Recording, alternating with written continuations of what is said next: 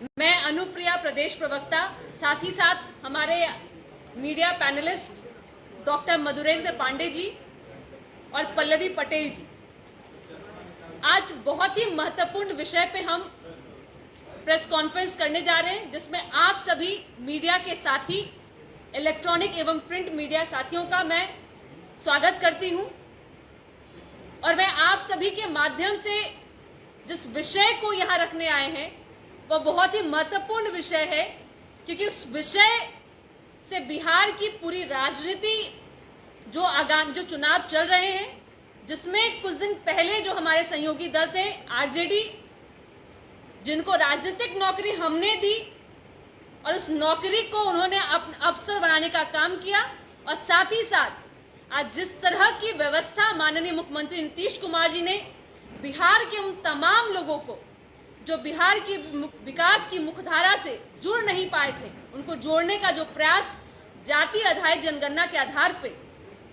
Report पेश होने के बाद में आरक्षण की सीमा को जो बढ़ाया है, उस प्रयास को किस तरह से आरजेडी बिहार की जनता के साथ में खिलवाड़ करने की मंशा रख रही है, कैसी उनकी मंशा है, किस तरह से वो अति पिछड़ा दलित महादलित के आरक्षणों के साथ में खिलवाड़ करने का प्रयास कर रहे हैं और उनको उनकी भावनाओं के साथ में खेल करने का प्रयास कर रहे हैं, और यह बता रहे हैं कि उनके शासन काल आने के बाद में पुनः बिहार में जंगल राज होगा, कानूनी रूप से जंगल राज होगा, कि विकास जिसको जोड़ने का प्रयास नीतीश कुमार जी कर रहे हैं, उस पर कैसे वो कलम चला करके उनके आरक्षण की सीमाओं को रोकेंगे। इसी मुद्दे पे आज हमारे राष्ट्रीय प्रवक्ता राजीव रंजन सर बोलेंगे। उसके पहले अंजुम जी से मैं आग्रह करूंगी कि विषय के बारे में वह रखेंगी और उसके बाद में राजीव सर बोलेंगे। बहुत बहुत शुक्रिया अनु, आप सभी का स्वागत। अनुप्रिया ने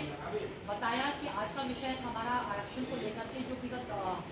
दिनों से लगातार कंटिन्यूस चर्चा का विषय बना हुआ है, और ये चर्चा तब चली जब कांग्रेस ने कर्नाटक या दूसरे जो कांग्रेस शासित राज्य है वहां धर्म के आधार पर आरक्षण दिया गया है, तभी से ये बात चली। और जब नेता प्रतिपक्ष से ये सवाल पूछा गया आप लोगों के माध्यम से, तो वो विषय को मुझे लगता है कि उन्होंने नहीं समझा और सीधे उन्होंने कर्पूरी मॉडल की चर्चा की। कर्पूरी ठाकुर साहब ने जो अपने शासनकाल में आरक्षण दिया था उसकी चर्चा की। तो मैं आपके माध्यम से नेता प्रतिपक्ष को ये कहना चाहती हूँ कि जनरल कर्पूरी ठाकुर साहब का जो आरक्षण मॉडल था वो कोई धर्म के आधार पर नहीं था, क्योंकि संविधान में जो आरक्षण की व्यवस्था की गई है वो धर्म के आधार पर नहीं है, बल्कि सामाजिक, शैक्षणिक और आर्थिक आधार पर है। और इसी के आधार पर मंडल कमीशन की रिपोर्ट या फिर मुंगेरी लाल कमीशन की जो सिफारिशें थी,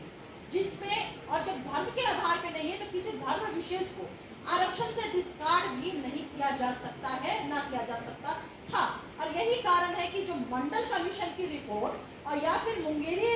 लाल कमीशन की जो रिपोर्ट आई, सिफारिशें आई, उसमें एंटायर बिहार के नागरिकों या भारत के नागरिकों, मंडल कमीशन को राष्ट्रीय स्तर पे और मुंगेरी लाल कमीशन को